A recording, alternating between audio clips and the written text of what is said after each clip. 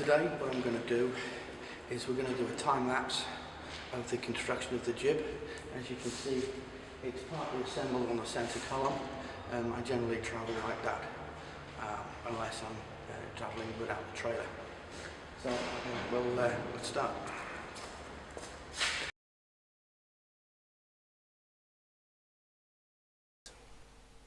Here you can see all the components that make up the jib and the flight case that they travel in laid out on the floor prior to assembly.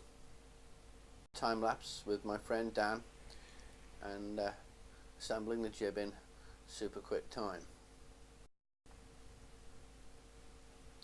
It can be assembled on my own, but as you can imagine it's much easier when there's just two of you.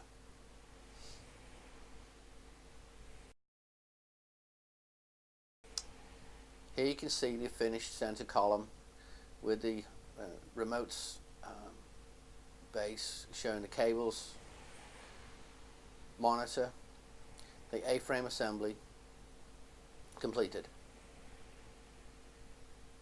Make sure the base is solid and on a level ground. Use a spirit level and adjust the stabilizing legs in each corner. Here you see the remote head before it has the camera, with all the cables for AV, remote head, power attached to the single arm. Here it is completed. Now we're going to show you how we convert it into the mini jib.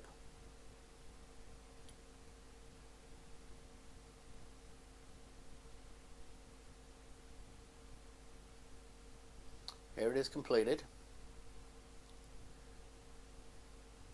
And now we're going to take the weights off and we're going to move it from the tripod dolly and I'm going to put it on the tracking dolly. It's very easy. Just unscrew the screws at the bottom of the dolly, move it across to the tracking dolly. The base plate's the same. Put the weights back on. Always remember when removing the camera, take the weights off first.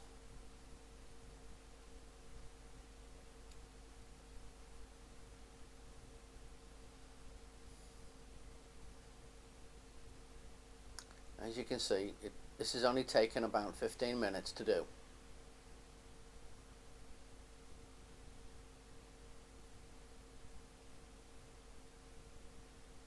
Obviously tracking would be as any length you want, but just for our purposes we've just put it on an 8 foot section.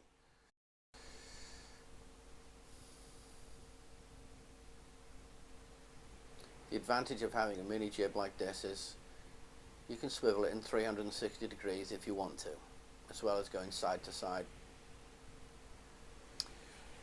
The idea is to have it properly balanced so when you let go it doesn't move.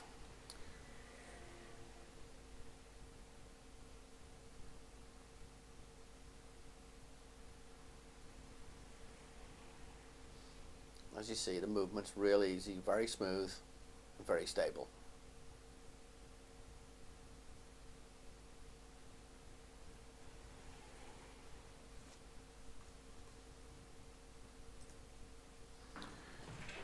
Here we have a bit of footage of a shot filmed by Michael Clarkson where the mini jib was on the track and it's been used on an actual film.